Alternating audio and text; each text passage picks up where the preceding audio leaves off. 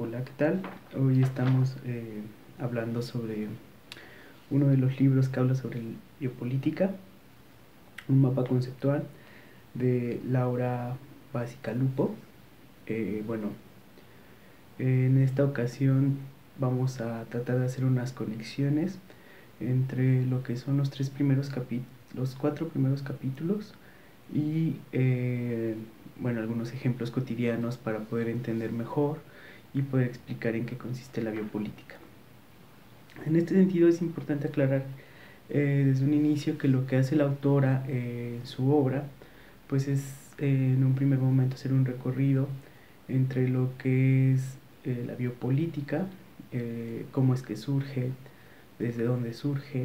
y plantear pues la conexión directa en los inicios con Michel Foucault. En este sentido, ella trata de hacer una conexión, además, digamos, de complejizar el pensamiento de Michel Foucault y de la manera en cómo él argumenta y desarrolla en sus albores lo que el surgimiento de la biopolítica. Ella también narra y trata de hacer una conexión en aspectos más geopolíticos y generar así una discusión en donde centra también a la economía, al cuerpo y el desarrollo del derecho dentro de lo que pues ella va a comprender como biopolítica, ¿no? En este sentido, biopolítica, de la manera más sencilla que la podemos entender, es cómo se ejerce el poder sobre la vida, ¿no? Sobre la vida de todas las personas para la creación de poblaciones. Esto es importante porque la biopolítica marca un cambio radical en lo que viene desarrollándose como la manera en que se venía gestionando la vida, ¿no? Es decir, hay un cambio que Michel Foucault va a ir observando a lo largo de la historia, que como digamos se venía desarrollando la vida política y pública. Hay un cambio que no tiene precedentes en otros momentos históricos, ¿no? Él lo empieza a situar desde el siglo XVII y él va a explicar que su máxima, digamos, el máximo desarrollo de la biopolítica es en los albores del siglo XX. Esto es importante mencionar porque es precisamente donde, después de haber desarrollado una serie de saberes, de disciplinas, de crear subjetivaciones específicas en cómo conformar a determinados sujetos, y cómo se van generando, digamos, normalidades discursivas, eh, pues es precisamente cómo se va centrando, digamos, toda una serie de saberes, de conocimientos, de ciencias, de la demografía, de técnicas, de disciplinas, que van precisamente conformando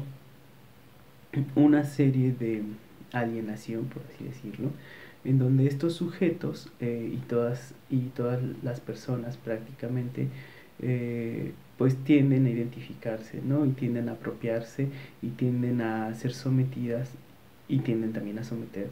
pero y tienden también a resistir ante estas formas en cómo se está aplicando la vida política, ¿no? Entonces, es importante también comentar que para la autora y bueno, para la biopolítica en sí, la creación de las diferencias y de las otredades es importante porque, digamos, no solamente reafirma la norma, una norma construida, una ficción, el conocer sobre biopolítica es develar, quitar estas capas que ocultan la manera en cómo existe una normalización sobre un deber ser. En este sentido, todo lo que sale de este deber ser, toda esta normalidad que queda fuera y que está construida en determinados sujetos y es identificable hacia determinados grupos, es lo que precisamente nos va a enmarcar la manera en cómo a estas otras poblaciones, a estos considerados como los otros, como las personas que nos colocan en riesgo, es cómo se van llevando a cabo procesos de securitización, ¿no? Esto es relevante porque si nosotros lo queremos aplicar y lo vemos hacia la vida diaria y cotidiana de manera general y global, observamos que todas estas políticas migratorias precisamente lo que hacen es colocar a las personas que vienen de fuera como el riesgo, ¿no? Como el peligro latente hacia nuestras poblaciones. Es decir, eh, una de las cuestiones más importantes que hay que ver es que todos los migrantes a los lugares a donde lleguen, a estos lugares receptores, siempre son vistos como peligrosos. Son vistos como sujetos que colocan en riesgo la estabilidad económica, la estabilidad salubre, eh,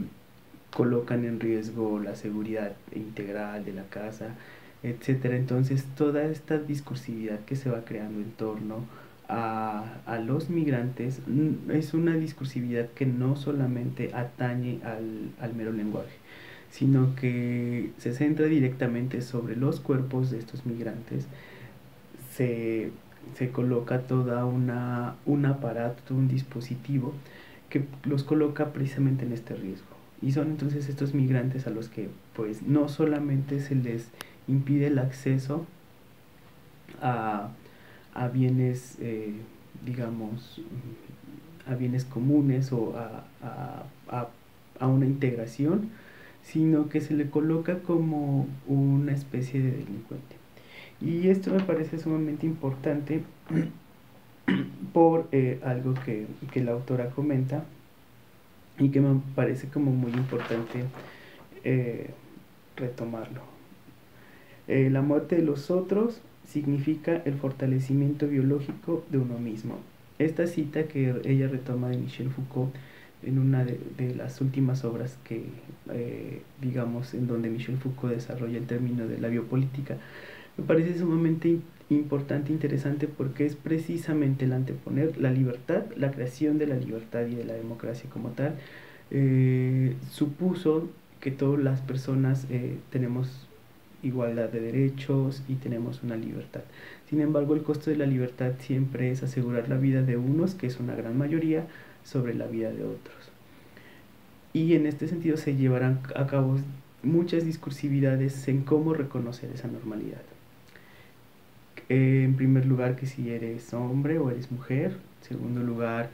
si eres el color de tu piel. La cuestión racial es muy importante para la biopolítica porque va a ser precisamente lo que permite administrar todo, digamos,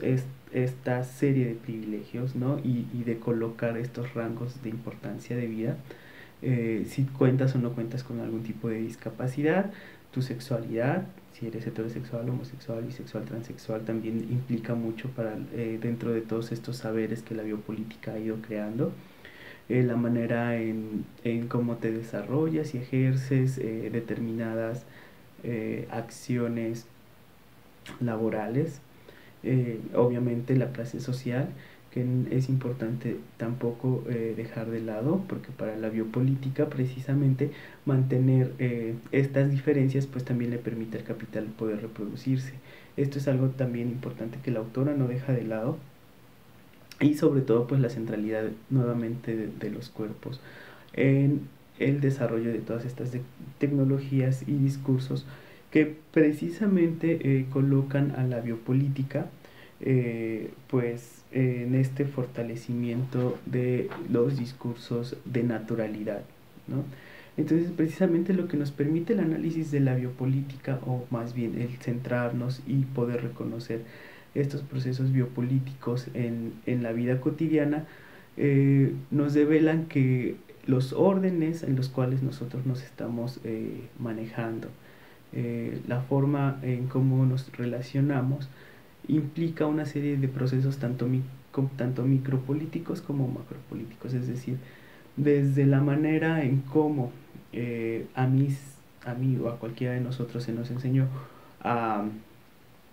a vestirnos, la manera en cómo debemos de comportarnos en determinadas situaciones,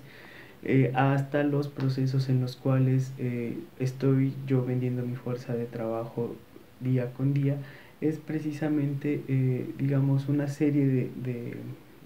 de factores que son multigrado, en los cuales la biopolítica se va centrando. Y en este sentido, pues, digamos, el centrar, el colocar a estos sujetos otros como peligrosos, como sujetos responsables de determinadas acciones, que es otra de las cosas, digamos, que la biopolítica también ha ejercido, en donde se individualiza tanto las acciones que pareciera que no existen otras condiciones externas y colectivas en en determinadas situaciones. Y esto voy a lo siguiente. En el caso de las mineras o de los megaproyectos que se desarrollan en países latinoamericanos como el de México, precisamente surge y se desarrollan estas discursividades sobre los pueblos originarios en los cuales se desarrollan o tratan de desarrollar estos megaproyectos. Se coloca a estas comunidades y a esta población que está defendiendo la naturaleza y los recursos naturales y sus territorios, se les coloca como aquellos agentes que precisamente son el atraso, que están en contra del progreso, que están en contra del desarrollo, que no quieren salir de su condición de pobreza. Y entonces se viene demarcando toda una serie de discursos sobre la población, una serie de discursos sobre la riqueza y el progreso, que esconden en todos estos procesos, esconden, digamos, marcos biopolíticos en donde se coloca, en este caso, al cuerpo de determinados sujetos específicamente, ¿no? Fuera del rango de importancia y de relevancia. Entonces, estos dispositivos de seguridad que se van creando para reiterar las diferencias y reiterar las racialidades y generar una forma específica de gubernamentalidad a través de una forma económica específica como el capitalismo neoliberal, es lo que, digamos, en esta obra se acerca, ¿no? Los conceptos y la manera en cómo la autora va desarrollando desde los inicios, de cómo fue surgiendo y se fue conceptualizando la biopolítica, hasta las formas de gobierno en las cuales nosotros hemos estado inmersos a lo largo de las últimas décadas. Entonces, esto es importante porque también devela la ficción de la discursividad de los derechos humanos, en el sentido de que, por una parte, existe un sometimiento constante y esta biopolítica que enmarca a toda una serie de diferencias y de construcción de subjetividades, en donde la igualdad y la aplicación real de los derechos humanos pues se vuelve una ficción política, ¿no? Y en este sentido, pues también abona a lo que pues algunas otras autores ya han comentado. La revisión que ella hace de Hannah Arendt es como también central en la forma en cómo la modernidad lleva a cabo un cambio dentro de la vida política. Y esto pues es importante poder resaltarlo porque poder entenderlo también porque es lo que más adelante, digamos, complejizando el mismo pensamiento de Michel Foucault, se puede centrar dentro de sociedades actuales como las nuestras, reconocer todos estos dispositivos y tecnologías biopolíticas y poder enmarcar algunas otras discursividades. Quizá el problema con el análisis biopolítico que surge desde Michel Foucault es que deja fuera un poco todos estos procesos en las condiciones sexuales, digamos, no tanto como lo habíamos visto con Silvia Federici, en donde, digamos, la centralidad del cuerpo existe, pero existen estas diferencias, ¿no? Cómo van surgiendo todas estas técnicas disciplinarias, todos estos saberes y cómo se van administrando estas poblaciones, tuvieron una base principal en lo que fue la división sexual y el desarrollo de minimizar y colocar como inferior a las mujeres. Entonces, es importante como poder llevar a cabo este tipo de asuntos y sobre todo saber que, bueno, Michel Foucault sí dice que existe una discursividad sexual, sin embargo, deja un poco débil esta parte de mostrar estas otras realidades, digamos que fueron estrategias que precisamente eh, pues trata de domesticar a esta forma de ser, ¿no? Bueno, pues muchas gracias.